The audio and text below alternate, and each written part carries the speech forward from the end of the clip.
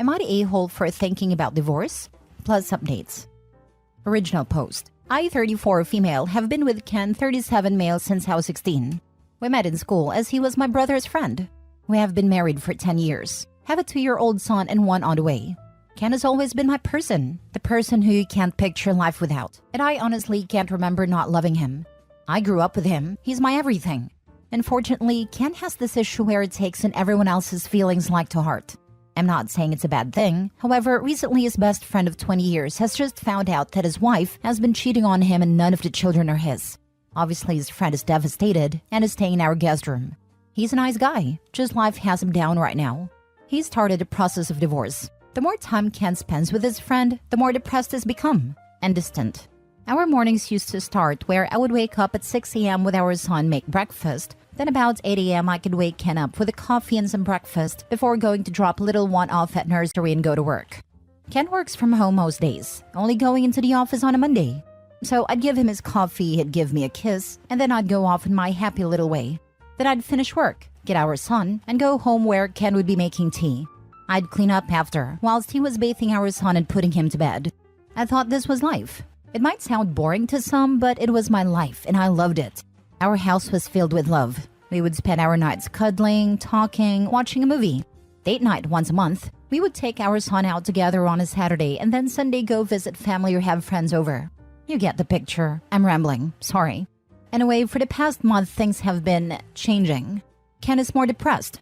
I make him a coffee in the morning and just get a mumbled thanks. I'd come home from work and a friend and him would be in the living room watching sports. I'm now making tea, bathing our son, and neither of them will barely talk to me. We don't go out on a weekend together, and I feel like a single parent. I've tried to talk to Ken about it all, but I get one-worded answers. Then he stays up till about 1 a.m., which I know is not super late, but I'm passed out by then. I'm exhausted, alone, and pregnant. I miss my husband. Yesterday I came home from work, and you know when something just doesn't feel right? Well, I went to find Ken to see what he was doing, as his friend wasn't in the house but Ken's car was. He was in his office looking up DNA kits for our son. I asked him why, and his response was, well, I just want to make sure all the kids are mine before I continue looking after them, as I'm not a free childcare. This broke me. When I say I'm devastated, it's an understatement. But if he thinks that I've cheated on him, then surely the trust is gone. Is there any going back? Am I just being pregnant and hormonal?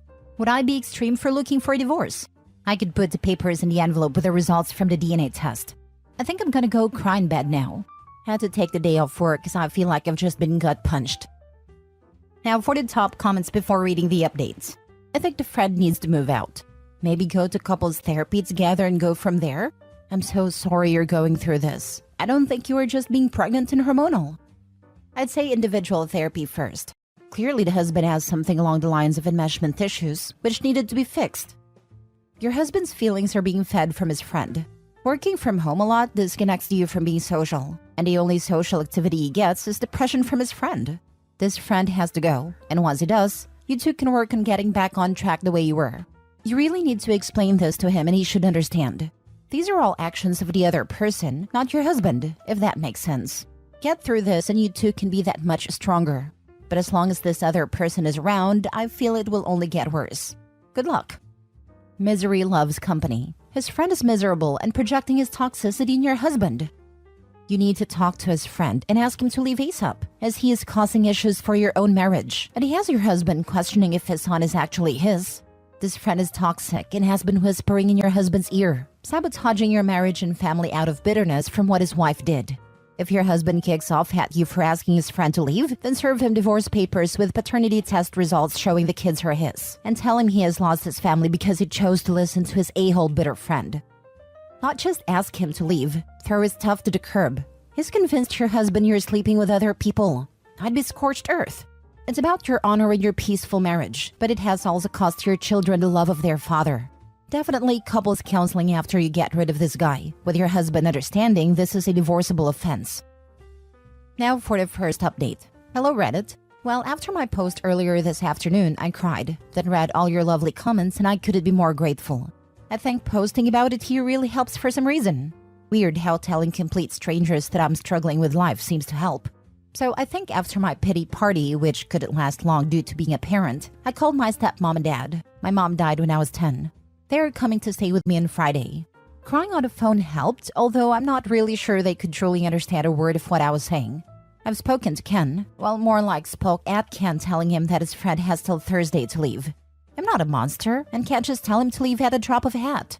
I've also told Ken he needs to leave too.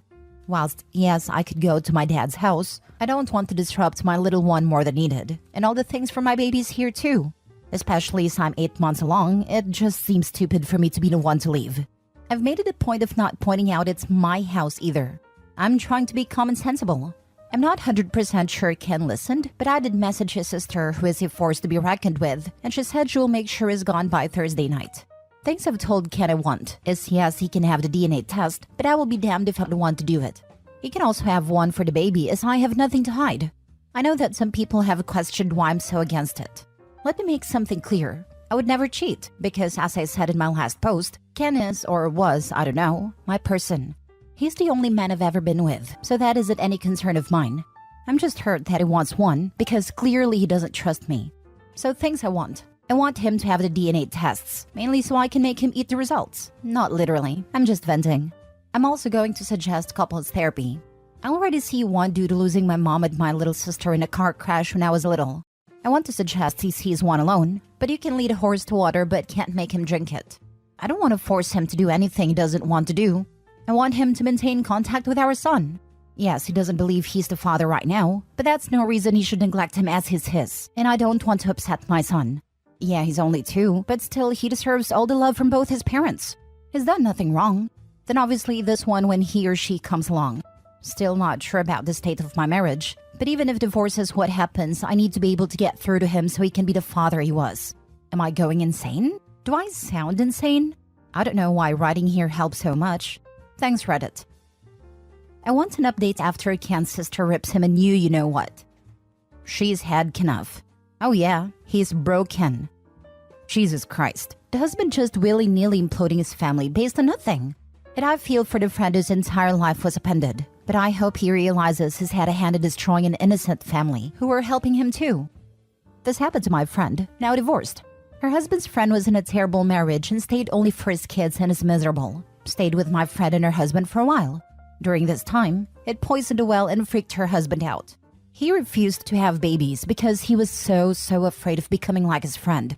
Then everything was, my friend this, my friend has this, and he up and packed and left her and was like, I don't know if I can do this. No problems at all, planning to have kids, been together for a long time.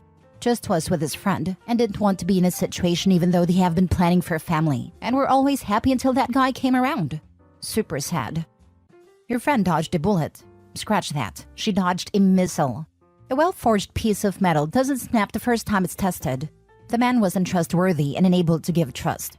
Why would your friend want to stay married to and have children with someone flaky like that? Of course, the process of divorce is painful, but it was a blessing she found out when she did, rather than years later. I have a good friend who wasn't so fortunate. By the time she found out what a worm her husband was, she was almost past the age of having kids. I actually grew up with him and was his friend, but I don't speak to him after the way he acted, and she and I are still good friends. She doesn't have any kids and she really wanted to be a mom. She gave him her youth, and he squandered it by doing a bunch of dishonorable things I won't detail here.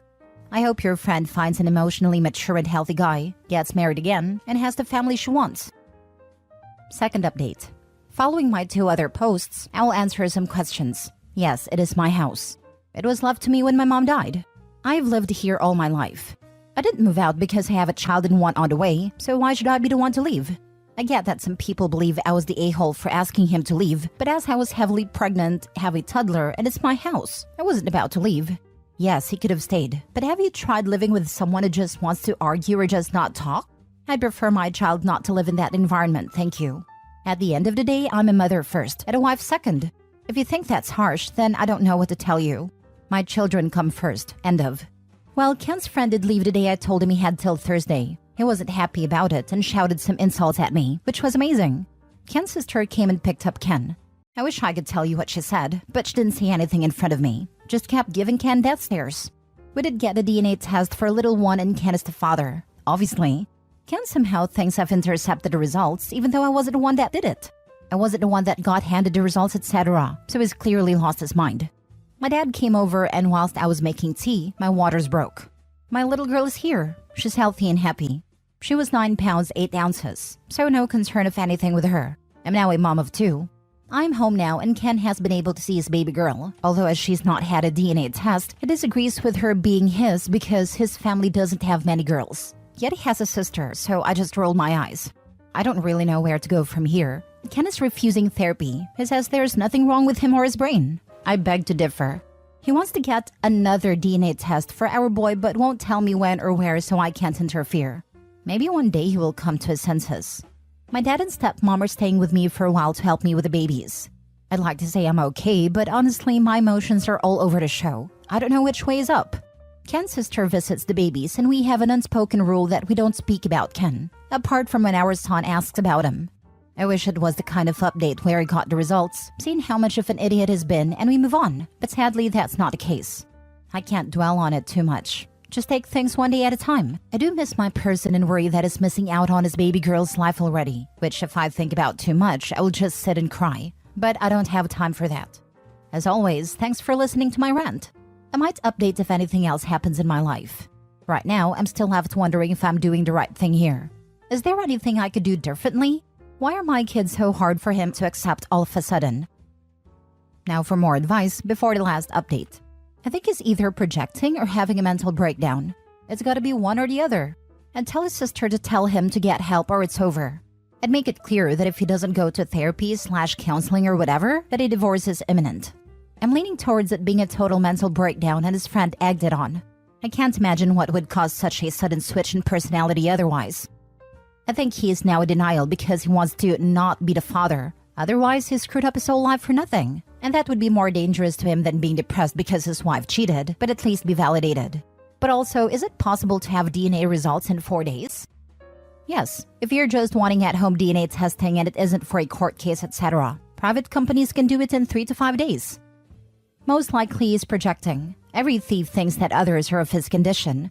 Another thing, if he uses the thing about girls, attack with it. The next time he says that there are no girls in his family or many girls, tell him that in that case, his mother cheated on his father, or he thinks that his sister was brought by the stork. Do whatever is necessary legally to ensure daddy is supporting the kids financially. Do not let him off the hook. Now for the last update. Hello again, Reddit. Things have been bizarre, but now I have closure. I know what's happened to my marriage. I know what scum Ken really is.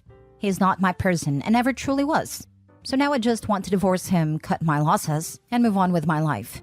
I'm still at home with my babies settling into motherhood. My dad and stepmom are still here, but they will be leaving soon once I'm more emotionally stable.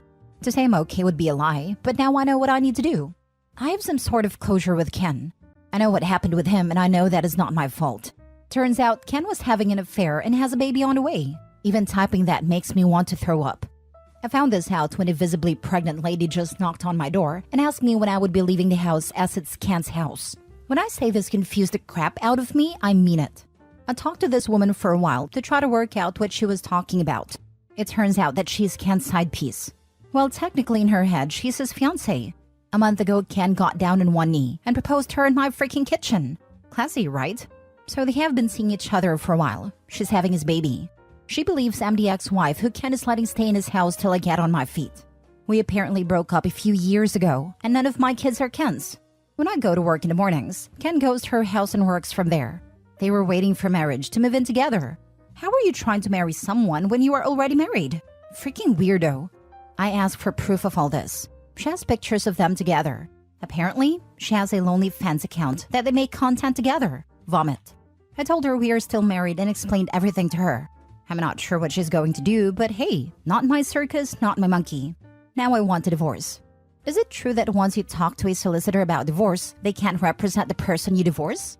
I want to go around our town and meet with as many solicitors as possible as the first hour is free, so that he has a very hard time getting representation? Is that too petty? The house is in my name only and is protected, so there is no way he can take it. I have all my money, and we do have a joint account, but that's just what we put our share of household bills in. I haven't spoken directly with Ken. His family have completely cut him off and has been kicked out of his sister's house. All those people that was concerned about him having a tumor or something wrong with his brain, I really don't think that's the case. I think his actions just caught up to him as his lies were going to come out once his baby was born. I think that's what happened. He got backed into a corner and tried to fight his way out. Through divorce process, I will get the court to do DNA testing so he has proof for both, even if it chooses to not believe it. I'm mentally exhausted from all of this and sat wondering how I didn't notice. Might have to go for an eye test. But honestly, would I be so wrong for just making his life as difficult as possible to get legal advice? Or is that too far? I want him to suffer. Everyone knows that family law judges love it when you deliberately complicate the process out of spite for your soon-to-be ex. It's basically their favorite thing. It's also just a bad idea, even if you don't take that into account. But yes, this is an easy way to tick off a judge. OP wants to be divorced at this point. Make it so that ex can't find representation in the area just makes the divorce take longer and cost more money. It may make sense as a strategy to block your ex from one or two particular attorneys/firms, though I won't comment on the ethics or morality of doing that, but it doesn't make any sense to try and block them from everyone. This is like the 10th story where the affair partner shows up to take the house that isn't even the cheaters to begin with. I used to own a house that I let my friends, or friends of friends, rent rooms from me while I also lived there. Some stayed for a year, some only months. Multiple people would lie to whoever they were dating at a time and tell them they owned a place. Blew my mind when it happened the first time. By the third and fourth time, I wasn't even fazed by it. For real, it's weird how people have this compulsion to lie about owning a home. I bought a house, and my now ex-boyfriend moved in with me. His credit was terrible and we couldn't get an apartment together. So I decided if I was going to be liable for everything, then I would buy. After I broke up with him and kicked him out, a friend/coworker came to me and was clearly struggling to tell me something. Her friend's boyfriend worked with my boyfriend, and my boyfriend had been telling people he bought my house. My friend's friend quickly corrected things, but it was telling that dropping the boyfriend was the right move on my end. They lie about saving for a home too. When I was single and dating, there were so many dudes in their late 20s who lived with their parents, but were doing so to save up for a house. The simple question, so what is your timeline? Usually got a glassy-eyed stare. I just stopped agreeing to date anyone who still lived with their mother at that point.